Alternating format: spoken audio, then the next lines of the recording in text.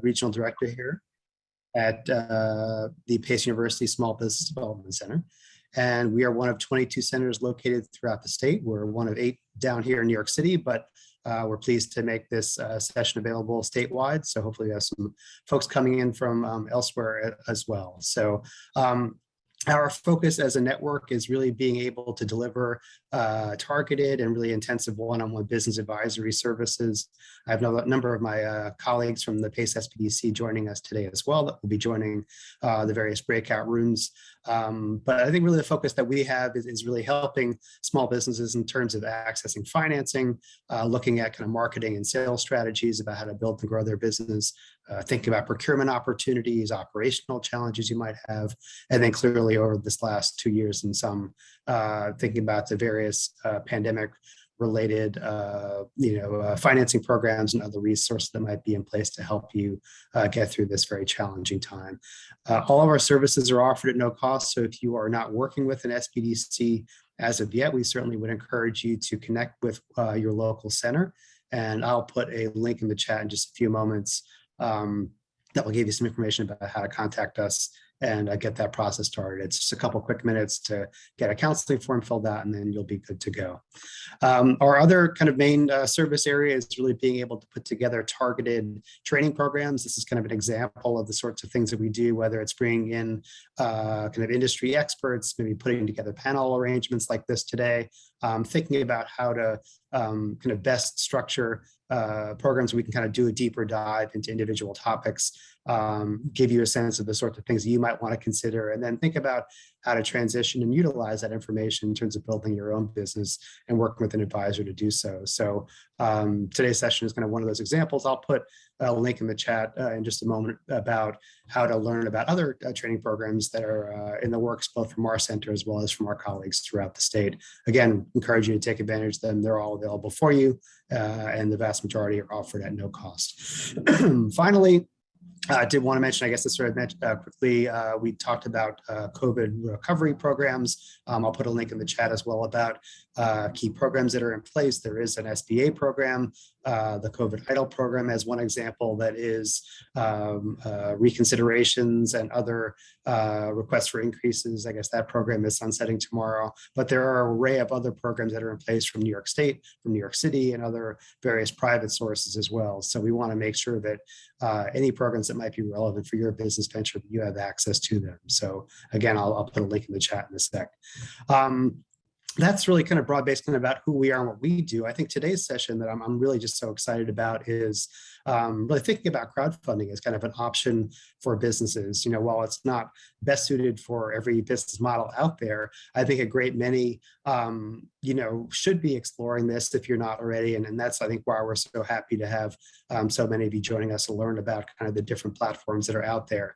I will put a link in the chat. These are 3 terrific resources out there. There are a wide range of crowdfunding options, all structured in different ways in terms of what you as a business owner can secure in terms of amount of funding, and also what your requirements are with respect to repayment, or if there are other reward-based options that you need to kind of return in exchange for getting financial support from these new supporters. These are really innovative of tools for you to consider, and really provide an opportunity for you not just to kind of have debt and equity structures. And one of our options today, I think we'll certainly look at that, I think, in terms of the Wefunder model, but also thinking about how to build awareness and build kind of a wider universe of folks who are as excited as you are about kind of bringing your product or service to the marketplace. And I think, today's topic we're looking at, and I've encouraged, our panelists to sort of think about, what these models are, what they look like for you in terms of your responsibilities, but also, equally, from a marketing perspective, how do you best tell your story?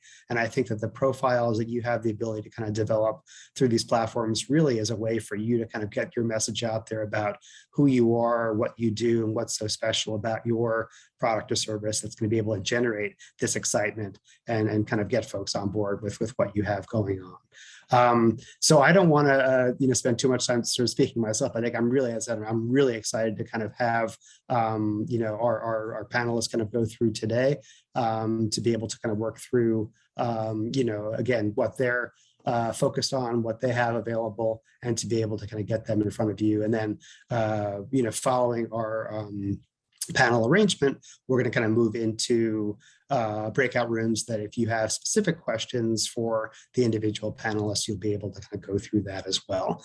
So without further ado, I did want to introduce each of our panelists, give them a chance to kind of speak a bit about their platforms and some of the key things that are important for you all to know about.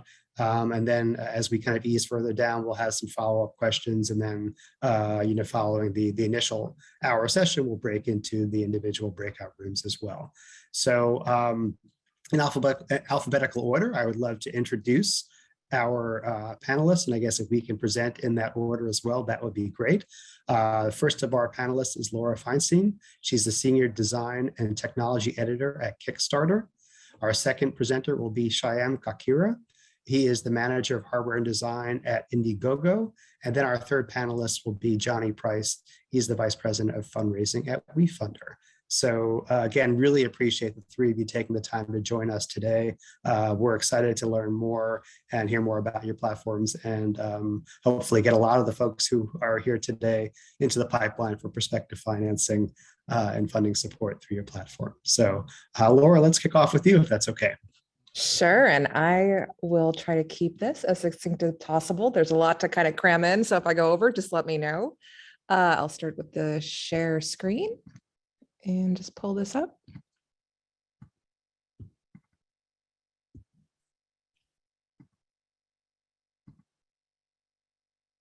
Okay, can everyone see that? I'm still getting used to, even after 2 years, the full share screen. Yes. Thumbs up? Awesome. So first off, I'm here to discuss storytelling and crowdfunding, and I'm here on behalf of Kickstarter. So I try to dive into the storytelling behind Kickstarter because I think that's one of our strongest assets. So that's a little bit about what I'll be discussing today. So first off, I am Kickstarter's Senior Design and Tech Editor. This is what my profile page looks like, and these are just a few of the projects that I've helped back. Even though each of us has our own domain of expertise, we have a wide area of things that we're interested in and types of projects we like to help support, whether it's art or design or dance or music or games. We have a very well-rounded team. So first off, my experience actually is as a journalist. I was a journalist for 15 years before I joined Kickstarter 2 years ago. I worked at places like Vice and Departures and Good Magazine and freelanced for The Guardian, and I covered the sort of design and tech and culture beat. And after years, I was wondering if there was a way that I could help creators rather than writing about their projects once they're already out in the world, but actually help them get funding, build their ideas, find an audience. And I was really drawn to Kickstarter's mission. So at the beginning of the pandemic, I started, and I've gone to do a lot of storytelling in the basic way behind helping creators shape what it is that they want to say to their audience. But we also have editorial partnerships with places like Course 77. So I've been helping to work on those as well. So this is Kickstarter's page. I'm going to go on a limb here and say that all of you have heard of us, but if you haven't, we are the OG crowdfunding platform. We have been in existence for over 13 years, and we helped popularize basically asking the public, your friends and family, for essentially help bringing your projects and passions to life. So this is just, if you aren't familiar with Kickstarter, you can go to kickstarter.com, and this is a little bit what our homepage will look like. And while we're most known for things like movies and hardware and design, we really have the full range of everything from theater to food to art. We have core folks like myself who work with specific categories where we have a wider audience, but really, if you can imagine it, it has been funded on Kickstarter. And these are just a few of the stats. Even since I started speaking, these have probably changed, but this is a general gist of how many dollars that have been pledged to Kickstarter projects since we launched. It is now over $6 billion. how many successful projects we funded, repeat backers, total pledges. These again are sort of like the stock market where it's a ticker that's constantly changing, but we like to check in. And it's also a nice little morale boost to us on the team to see how many people are engaged on a daily level and helping to support projects. And again, this number changes by the hour, but last we checked, it was around 206,000 projects we've helped fund, over 6 billion pledged, and this has helped go into directly the pockets of creators. And the great thing about Kickstarter is that we have a backer community all over the world. I like to tell my creators when factoring in shipping costs, plan on someone in Tanzania buying your product, because there's a good chance someone in Tanzania will buy your product. We've had people launch Kickstarters everywhere from Norway to Antarctica and had backers pretty much everywhere you can imagine. And it's great because these folks regularly come back on an almost daily basis to see what we have new and cooking up. So it really does feel like a global community. And these are some of our categories and what we've helped work on. I work on specifically the design and tech, which are two of our biggest categories. But we also have a thriving games community, music, publishing. But these are really our core areas. So design and tech on Kickstarter inhabits kind of an interesting place where it's everywhere from VR and hardware to fashion, which is a category that I personally help curate because I've noticed we've had a range of really cool fashion projects with people using everything from coffee grounds to make shoes, to sea algae to make pants, to people trying to microfund their interesting nonprofit fashion projects. So we really do the full range. Some fun projects that are here even is sort of Pluffle, a dog bed for humans, which was a group of grad students who were envious of their dogs and how relaxed they were sleeping. So they launched an extremely fun, extremely successful Kickstarter last month, and they are already over $600,000 pledged. So I'll just get into the basics very quickly. Kickstarter is essentially here to help bring your creative projects to life, to help explain your story, to help find your audience. This is where you'd go when you first want to start a project. It's very basic. The website itself is still very similar to when we first launched because we found it's a formula that really works for us. So why add all these extra bells and whistles? When you launch a page, this is a little bit what it'll look like. It will have a sort of a ticker at the top that tells you both how much you've raised, how many backers, how many days you have left to go. Projects that we feel exemplify the best of Kickstarter will get our Project We Love badge, which is in the lower left-hand corner. And those help you just naturally kind of rise up when people are poking around on the site, especially if you are in an area they traditionally go to look at. But more than just a shopping or a crowdfunding platform, we are a storytelling platform, and we've always been that way from the beginning, which is why we don't offer fulfillment services that are post-campaign, why we don't offer e-commerce, because we really want this to be a place where creators get to tell their story in depth, sometimes long form, where you can't necessarily do that in other places. And we think of every Kickstarter project as a story. So we like to think that in many ways, this helps startups and product designers really get their full message in front of both backers, but also press, casual observers, anyone who really loves the art of storytelling, because we give you a full page where you can talk about everything from your hopes and your dreams to the manufacturing studio that you use. And that's something that you don't normally get in the marketplace, is that kind of room and growth, as well as the hundreds of thousands of folks that regularly come to check these pages.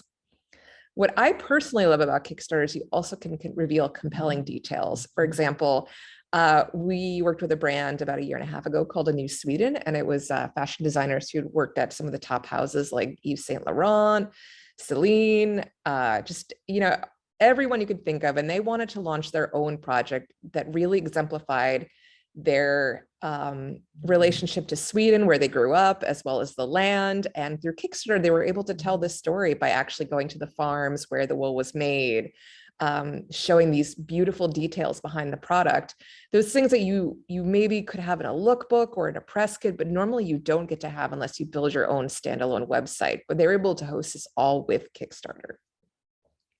And they were able to build a community and fund their project, and in essence, launching their own businesses. But when you leave Kickstarter, you get to keep your community. You get to keep that list of names you've generated. You can even point people towards social media and places where they can continue to buy from. So Kickstarter is a great way to take your community, but also have it be supplemented by our global community.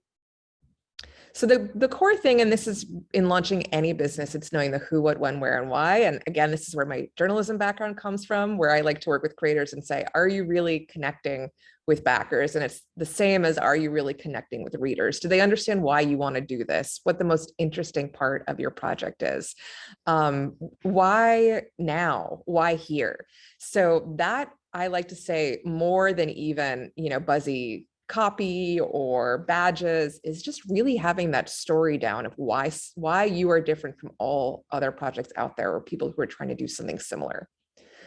So I like to tell people before they launch, they should list the features that they think are most compelling, prioritize them, think about essentially their elevator pitches. If you met someone at a meetup somewhat similar to this, and you only had about 2 lines to tell people why they should back your project, what would you say?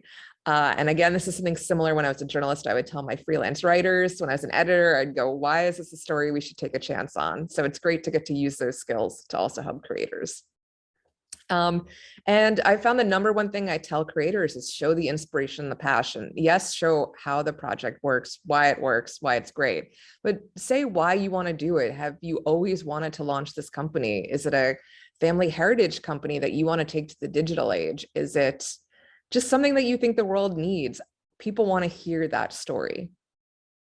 And, just introduce yourself. Again, this is a new Sweden that I mentioned before, and it was a couple that wanted to show why this was so important to them and did a really great job doing it. So I wanted to mention just 2 projects that have done really well. Anyone who has followed the publishing crowdfunding space lately has seen our recent launch by Brandon Sanderson, which was our top launch of all time, raising $40 million plus.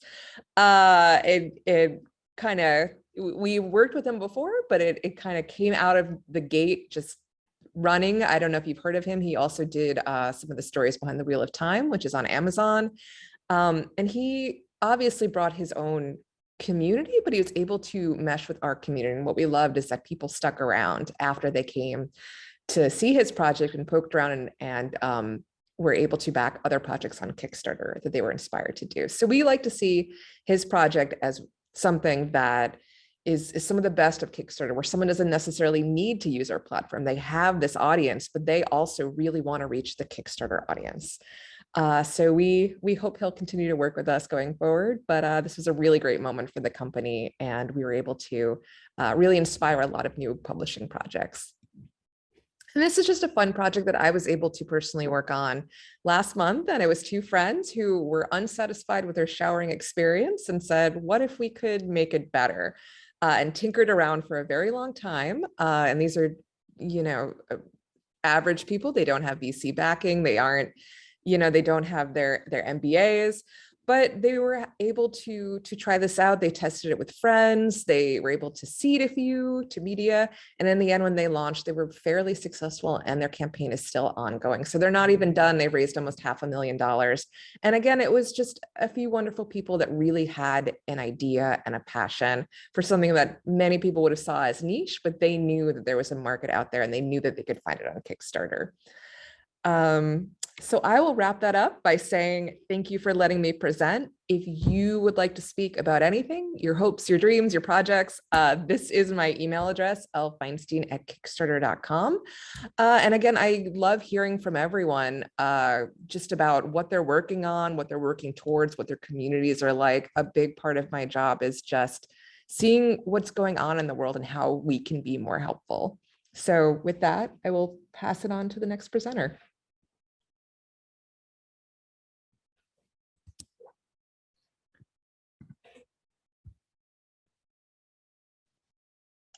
Perfect. Give me 1 second here to load up. All right. So, all right. I hope everyone can see my screen over here. But yeah, it's nice to meet everyone and to see everyone. I'm super excited to do this. Yeah, to get things started off, my name is Shyam Kakaria. I'm the manager of hardware and design here at Indiegogo. So I've helped my campaigners raise over $18 million on the Indiegogo platform, and I've half a decade of experience working the startup and digital landscape. During my time at Indiegogo, I have leveraged this experience and network to empower my campaigners with the tools to launch successful crowdfunding campaigns. So let's get into things. So what is Indiegogo and what is crowdfunding? So Indiegogo and crowdfunding allows you to raise money from the general public so that you can bring ideas that matter to life. Next, you might be asking yourself, like, what are the benefits of crowdfunding in general? So let's dive into them.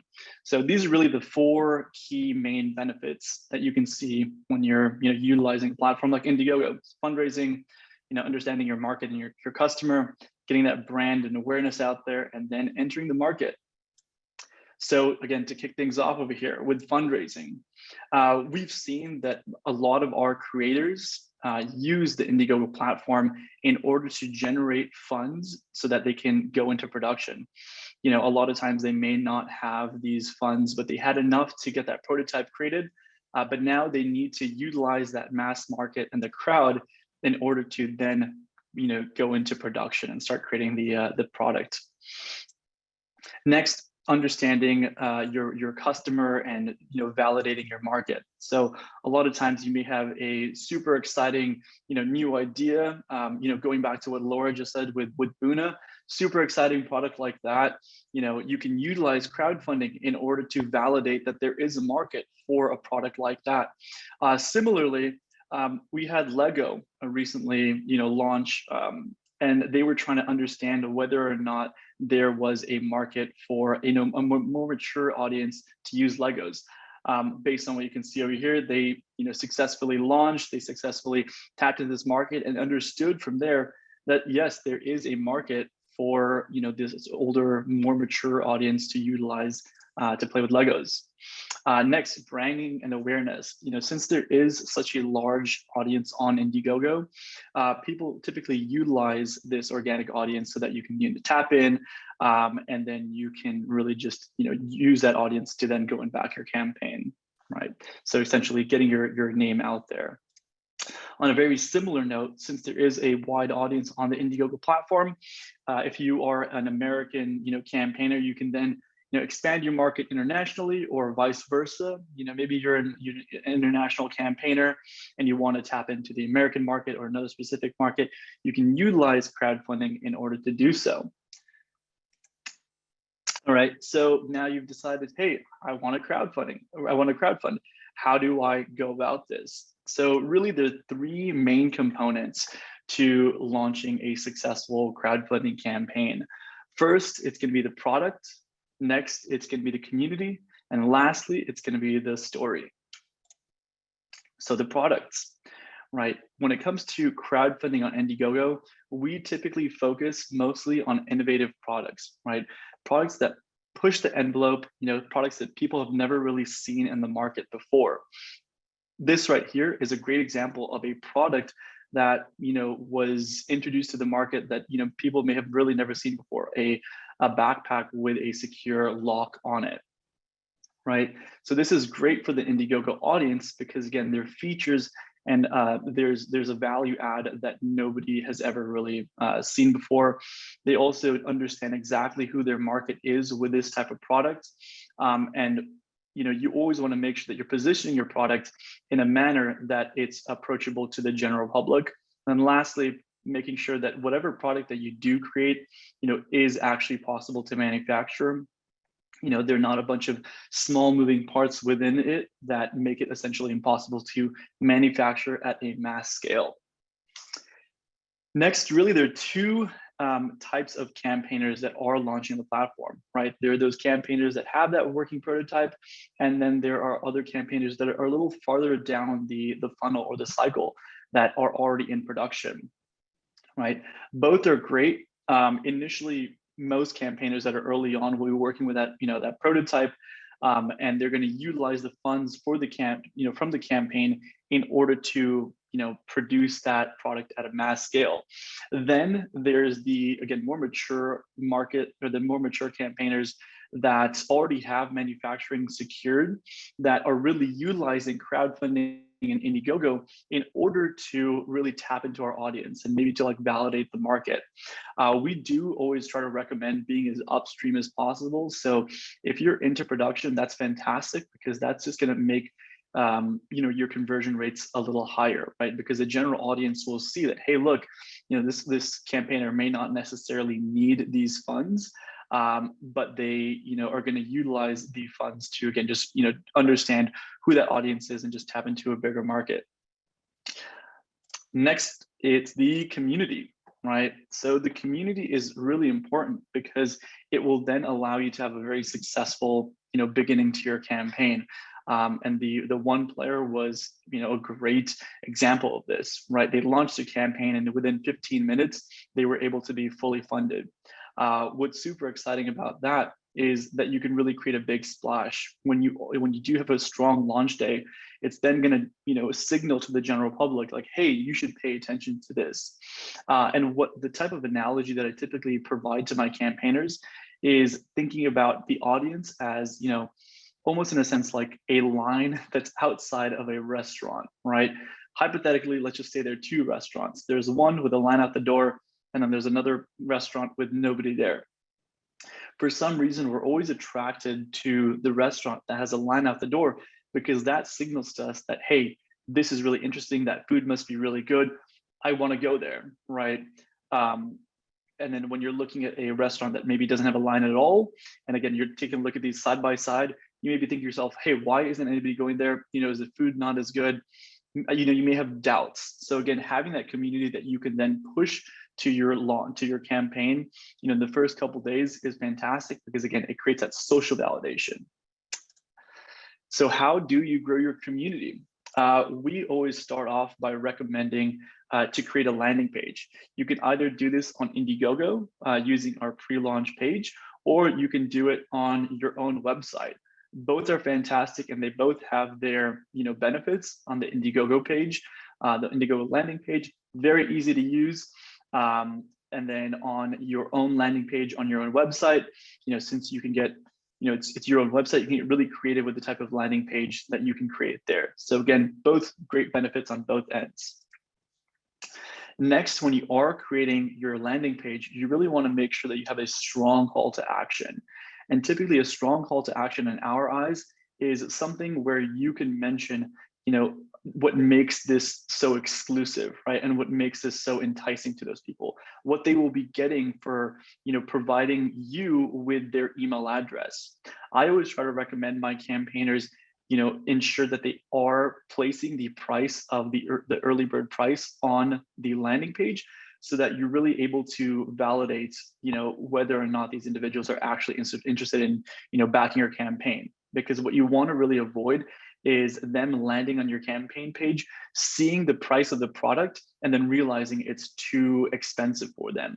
Again, you're going to make sure that, if you are providing that price early on, that they know how much they're going to be paying, and they're more qualified as a lead. So how do you, again, drive traffic to your landing page?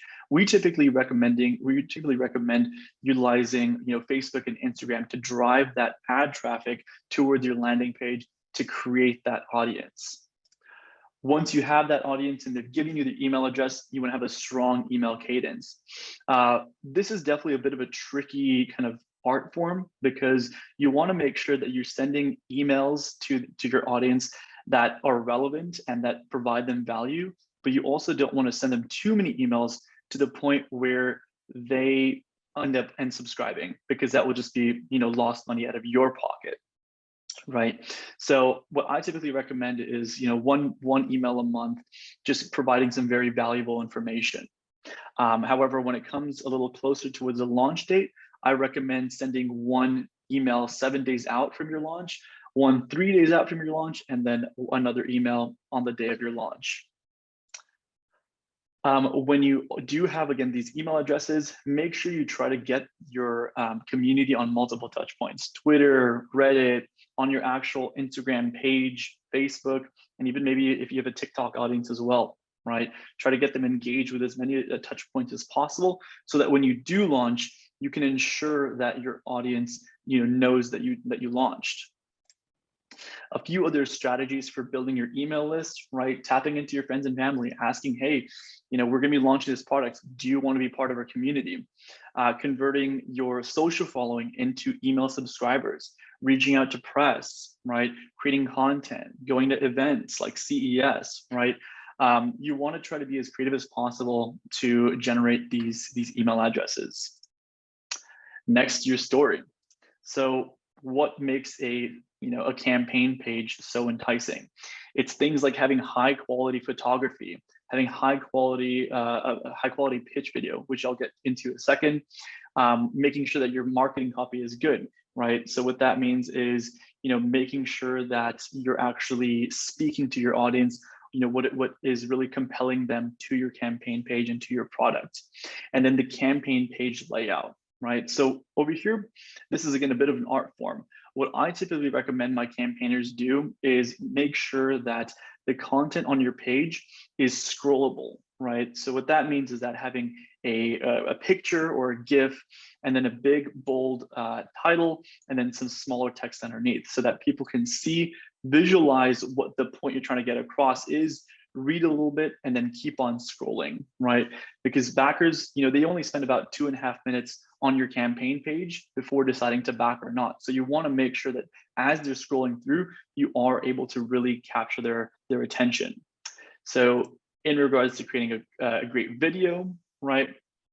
Making sure that you're able to capture their attention within the first 30 seconds, making sure that it's about 2.5 minutes long, again, so that if they do end up clicking the video, you're capturing their attention, focusing on the benefits. So again, what that means is the value that that product is able to provide to that individual. And again, getting in front of the camera as you're the creator, you really want to make sure that you're able to humanize your campaign and make sure that they feel that you're a real person and not just some company who's just launching a product. You want to build a connection with them. And then lastly, be strategic about your campaign video. Make sure that you can utilize the assets that you've developed in your video so that you can put them on your campaign page, right? If you always have a bunch of very close-up shots of your products that you then can't create into product photography, it's not going to be very useful, because then you have to do 2 different shoots, one for the campaign video and then another shoot for the actual product itself. So just to be a little cognizant of these small things so you can save money down the line.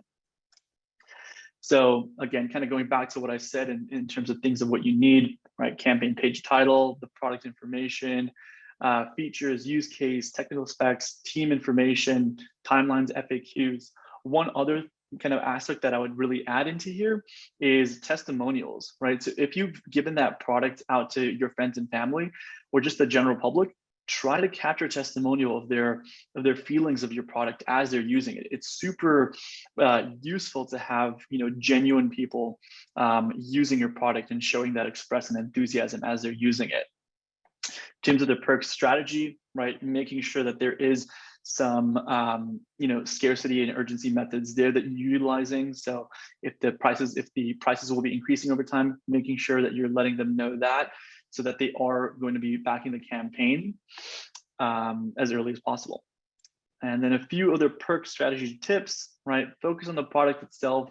Try not to provide any merch like t-shirts or mugs early on, just because you really want to make sure that you're not driving your attention elsewhere. You're focusing on the product, why they should be getting it, instead of trying to associate them with your brand. That's great, but that will come down the line. Things like scarcity and limited perk quality. So again, typically a lot of our campaigners are going to create their or manufacture their products in batches. So if that is the case, making sure that you do create perk bundles so that again it shows the perks decreasing, so that again people will be backing your campaign as soon as possible. Adding add-on perks. So what that means is as they go down the funnel, they've chose the perk that they're going to be backing once they are about to check out, adding an add-on perk so that you're able to increase that cart value, plan for international shipping, right? So what that means is that if you know the baseline of your shipping is going to cost $10, consider baking that price into the price of your perk so that it essentially decreases how much they're going to be paying for shipping, and they won't have any kind of price tag shock as they go to check out, right? Lastly, under promise and over deliver when it comes to shipping timelines. If you think it's going to take 3 months to get your product manufactured and shipped out, maybe say 4 or 5 months, because there are always going to be delays when it comes to crowdfunding. So again, if you have a bit of a buffer zone in there, you're just making sure that if anything goes wrong, right, you still have time to remedy any of those problems. And then lastly, when it comes to crowdfunding, it can take anywhere from 4 to 12 months, depending on your experience and how fast you can move. Typically, the pre-launch aspect takes about 1 to 3 months, right? During that time, you're going to be creating your campaign video, your campaign page, and your email list. Then when you launch your campaign, typically we recommend launching for 60 days. Reason being is you're able to maximize the time on the platform, and the more time that you're on the platform, the more money you can raise, and the more likely you'll get promoted. And if you see this line right here, what's going on over there is that with Indiegogo, you're able to extend your campaign. So let's just say once you get to the 30-day point, you can extend your campaign for another 30 days. And what's happening there is that initially you're going to drive a bunch of traffic to your campaign page. So you're going to see a lot of conversions, but naturally as your campaign, persists, it's going to slowly decrease. But as the campaign is, potentially going to be ending, your conversions are going to then increase again. So that if you extend your campaign, you'll then essentially get 3 peaks of high converting days rather than just 2. And then lastly, when it comes to receiving your funds, it could take up to 15 days. Once you receive your funds, we typically see campaigners taking about 1 to 6 months to ship those products, right? What you always want to make sure that you're doing is being very realistic with your timelines, right? If it's going to take more than 6 months to, produce and ship the products, one, maybe consider waiting a little longer until you're, down the cycle to crowdfund. Or 2, be very transparent about how long it's actually going to take to get the product into the hands of your backers. And then lastly, when it comes to setting up your goal, we recommend placing your goal as the amount of money that you'll need in order to go into production, right? Maybe you're really aspiring for $150,000, but you only need $20,000 in order to go into production. We recommend $20,000 because, again, people want to back successful campaigns. If anybody has any questions, feel free to shoot me over an email. I'm more than happy to provide support and strategy and really just help guide you down your crowdfunding journey. But yeah, it was great speaking to everyone. And hey guys, Johnny Price here. Hopefully you can hear me okay. I'm here to talk about a slightly different form of crowdfunding. My company is called Wefunder, and we do investment crowdfunding. So whereas Kickstarter and Indiegogo are focused on perks, where you're backing a project and you're getting that product or a perk, on Wefunder, if you invest in a company on our platform, you are getting usually equity in that company. So just as when a venture capital firm invests in a startup, they're getting equity in exchange for the capital they're providing, or if an angel invests in a startup, they're getting equity for the money they're investing. That's the same on Wefunder. It's just, if a venture capital firm is investing $1 million or an angel investor is investing $50,000 on Wefunder, you can invest and get equity for as little as $100. The average investment on the platform is $1,000, but that's what we're all about is investment crowdfunding. The vast majority of capital on the platform is equity. We do some debt as well, so you can get loans on Wefunder, but about 95% of the capital on the platform is equity. Most of the time when entrepreneurs, be they Main Street small businesses or tech startups, when they raise capital, they're using a SEC exemption called Regulation D. And this basically means that you're raising capital from accredited investors, basically rich people, millionaires and billionaires, and VCs and institutions. And so with Wefunder, we use a relatively new law called regulation crowdfunding. And this allows anyone to invest in startups they love, 100% of the population, not just the 5% or so of the population that's accredited. So this law was rolled out with the SEC in May of 2016. So it's only 6 years or so old at this point. And there are a few platforms that allow you to invest in startups now. Wefunder's the biggest one. So we actually are trying to move away from the term crowdfunding a little bit, mostly because when most people think of crowdfunding, they think of Kickstarter and Indiegogo, whereas our model is quite different. So we've started to use the term community round. So just as if you're a startup raising capital, you might run a friends and family round to raise capital from your friends and family. You might run a angel round to raise money from angel investors. So now we're trying to, I guess, popularize this concept of running a community round, where as well as raising from VCs or angels, you're raising from your customers, you're raising from your community. There's kind of two main reasons why founders would choose to raise capital in this way on Wefunder. The first is it can be an easier way to raise capital. So maybe you don't know that many millionaire angel investors, you're not connected to that many VCs, or you're kind of earlier stage and you're just starting out and you might be trying to raise from friends and family. But now on Wefunder, you have a platform where you can legally market the raise on social media or in an email blast to your customers or in a press release or on a podcast or on a webinar like this one. You can market the raise much more aggressively. Normally, that's not possible. Normally, when you're raising in this Regulation D exemption that I mentioned earlier, you have to privately solicit investors. You can't publicly talk about the offering. Whereas with regulation crowdfunding, you can now promote it. And then you can also raise from everyone that sees your LinkedIn post, not just accredited investors. And then plus, just as with Kickstarter and Indiegogo, we have over 1 million registered users now on the Wefunder platform who typically will bring a third of the round. So if you're a restaurant looking to raise $300,000, it's like if you can bring $200,000, you might expect to raise $100,000 from the Wefunder community because we show you to them in emails and on our website and in Facebook ads, etc. So that's kind of the high level of what we're doing and this new law, regulation crowdfunding, that allows Wefunder to exist.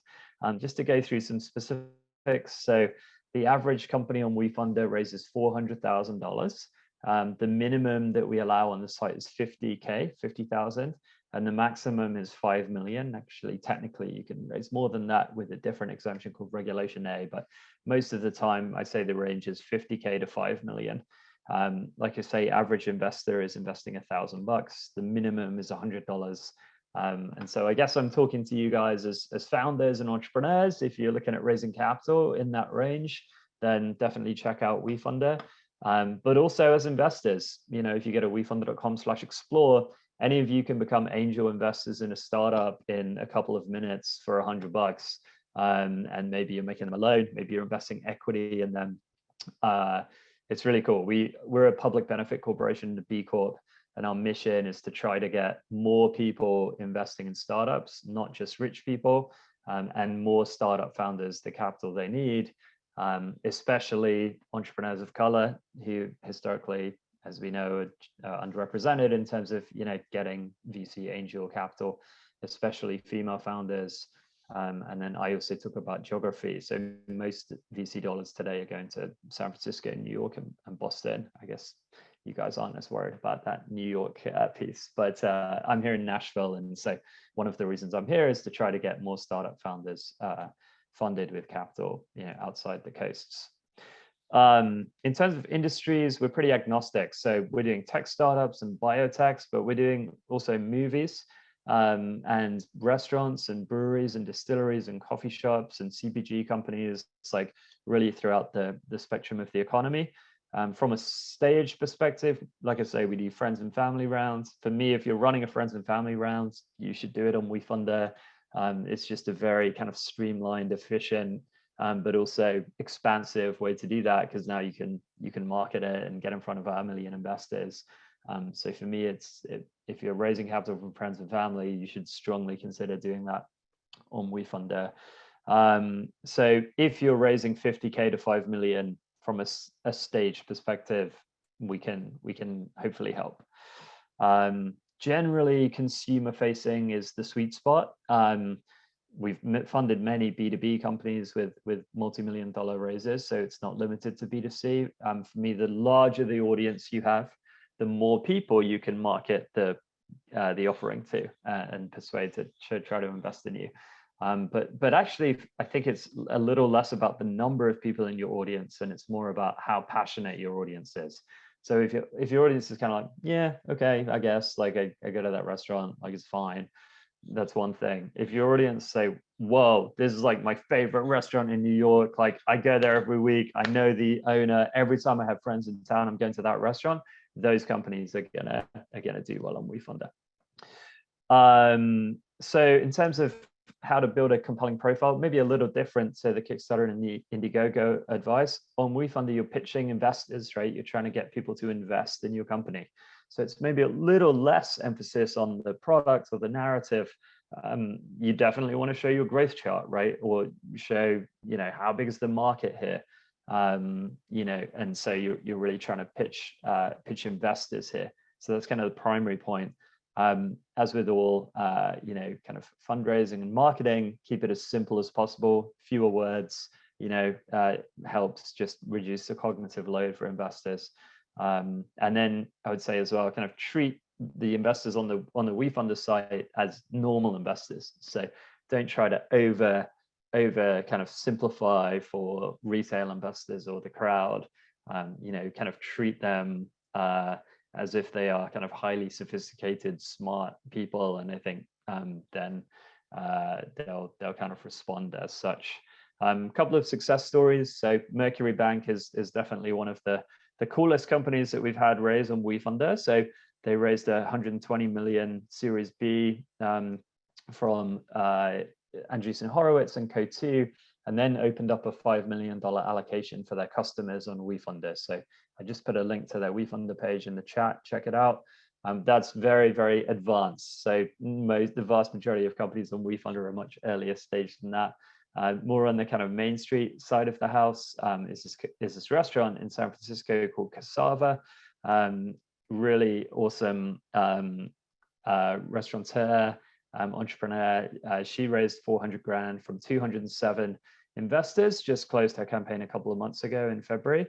And it was so cool. If you read the notes that investors write to her on the page, you can just see it's so many of her customers saying, wow, yeah, love this restaurant. And maybe there are perks as part of Wefunder as well. So if you're investing $1,000 in Cassava, the restaurant, maybe you're getting a discount or a free appetizer every time you go in. So you can definitely blend the kind of financial return with the perks. I was walking along in San Francisco one day and just happened to walk past the new location and saw this huge QR code in the window saying, you can invest in bringing this restaurant to life, which I thought was a really cool example of how you can, creatively market these Wefunder rounds. But yeah, my email, if you guys want to hit me up, is johnny@wefunder.com, or you can find me on LinkedIn or Twitter, and wefunder.com is the website where you can go to learn more. Fantastic. Thank you each so much for your comments. As I guess, Renee, any quick things on your end? I have a couple of quick things I wanted to add before we opened up to some questions, and then we can break into our breakout rooms after. But anything on your end before I pop in for a minute or two? Nope, I have a question as well, but you can go first. All right. So just again, so thank you each. I think there's a couple of quick takeaways on my end. I mean, I think I'll start sort of in order of presentations, I guess. As far as the Kickstarter goes, I think the things that really jumped out at me, and I think that are so important to remember, I think, sort of Laura mentioning as a storytelling platform, so thinking about like showing your passion and the ability to kind of transition, not just obviously there's a financial component to your business, but to be able to think intelligently about how to kind of most effectively market your business and who you're trying to reach. And then the names that you can take with you effectively, these become your new supporters and hopefully folks that are going to be sticking with you for the long term as far as your business goes. On the Indiegogo side of the house, I love the description of kind of the market validation, and the different types and, sequences in terms of where your business is at. So I think if you are looking to develop a prototype, this could be kind of a model for you, but it's also a model that could be effective for you with respect to kind of transitioning from that prototype to a larger scale production. So I think that was really kind of helpful to reinforce and let folks know about. And I also love the kind of the comments about kind of the call to action, sort of thinking about scarcity and urgency and limited perks. And I guess Johnny had referenced this as well in terms of, the restaurant component also. So I think, being able to kind of give people an understanding of it's a limited time offer and kind of what you can be able to secure through this participation. And then on the Wefunder side, I thought, looking at this is, as Johnny described, kind of as an expanded way of raising from friends and family. Like you're going to need to kind of get some money in hand first. Is this a methodology for you to kind of get other investors, other kind of early believers in terms of, being part of what you're trying to bring to the marketplace?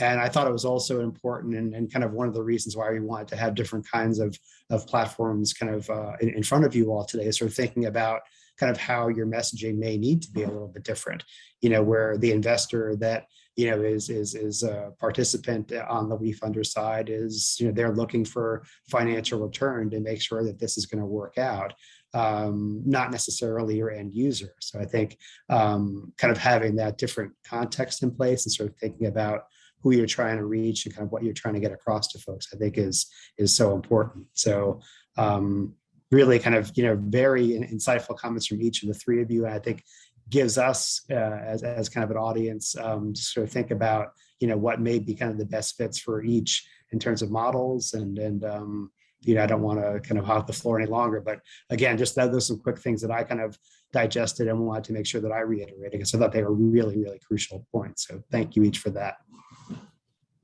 Yeah, thank you. There was a quick question from an audience member. Maybe Johnny will want to answer this one. What's the difference between a funder and an investor in the eyes of the SEC?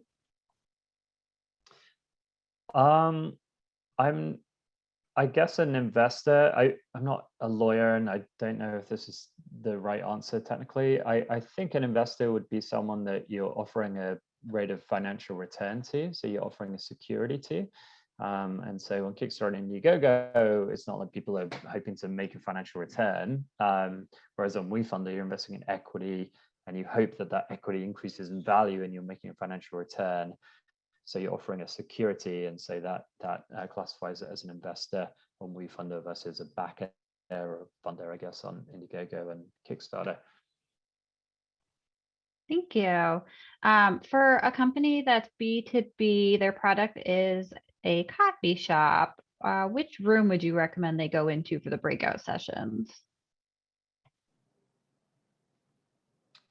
I suspect maybe you'd want to know more about them. They're looking for advice with the B2B market. I would say if it's B2B, probably Wefunder. Feel free to jump in, Laura, Shyam, if you guys disagree. I agree with that. Renee, I did just see a question come in about pricing. Maybe Yep. that may be kind of a good item for each of the three participants to kind of tackle now, kind of one at a time. And then that may lead us up to about unless you have some other things that you think would be best for the group as a whole, that may be kind of a good transition time for us to get into the breakout rooms. Yeah, Laura, do you want to start with fees? Sure. So we charge 5% of anything that is raised, but only if you reach your goal. So if you don't reach your goal, we do not charge any fees whatsoever. And then, depending on what country you're working from or sort of what your fulfillment strategy is, there might be separate fees not associated with Kickstarter. Oh, do you want to go in the order of presenters? Indiegogo? Yeah, of course. Yeah. So essentially we have a 5% fee that goes to us, and then we have a 3% fee that goes to our payment processor Stripe. And then, yeah, similarly like Kickstarter, depending on what country you're coming from, there's some other kind of like smaller fees, which they are available on the website, which I'll send over as a link in a second over here. We have two different types of funding models, the fixed and flexible. So if you, regardless of which one you choose, you're essentially still going to have that same 5% fee that goes to Indiegogo and then 3% that goes to Stripe. If you choose the fixed method, which means that you have to hit your goal in order to get the funding, that means that if you don't hit your goal, you won't get any of those funds and you won't get charged those fees. If you do use the flexible, that means that if you don't hit your goal, you'll still get your funds, right? And you'll still incur those normal fees. There's no any additional fees at all. Wefunder, you pay 7.5% of the amount that you raise. Thank you. And Indiegogo touched on the fixed and flexible. Does Kickstarter and Wefunder have a similar model in terms of being able to keep funds if you didn't reach your goal? So for Kickstarter, it is an all or nothing. So if you do not raise your goal, you do not keep those funds, but that is also to benefit you so that you are not on the hook. We try to tell people to try to set their goal amount for how much they need to make the project come to life, but also to have enough that there's a margin that they're also making a profit. So we tend to work with creators on finding those goals, but it means that, if you only raise half as much as that you need, and you're taking that amount, then you can have all these sort of liabilities that may incur. But if you have the all or nothing model, again, if you don't raise the amount needed, it just gets refunded back to the backers. On Wefunder, you set a minimum goal and a maximum goal. So if you're looking at raising $500,000, you might set a minimum of 150K, and then as long as you pass the minimum goal, you keep what you raise. But if you only raise, in that case, 120K, you miss your minimum, then you don't, it's unsuccessful, it goes back to the investors.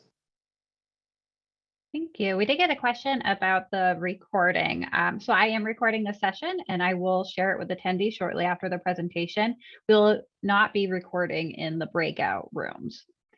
And I'd like to add to the budgeting question, though. I think it was really two very insightful questions. And I think it kind of is a good tie-in for me in terms of making a plug for working with an SBDC advisor, regardless of where you're dialing in from today, which is, I think, being able to understand what it's a crucial point in terms of what it is that you need to bring your product to the marketplace.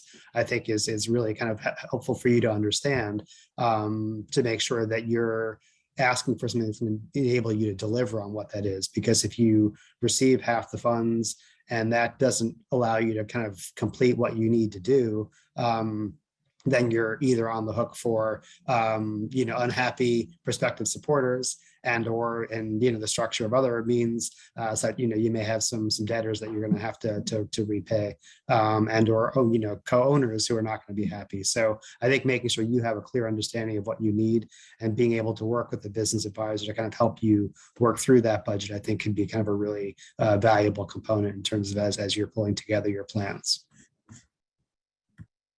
Thank you. And I know one of you mentioned a restaurant, and one of the questions came in, if crowdfunding is only for products or can it be done for services, B2C market?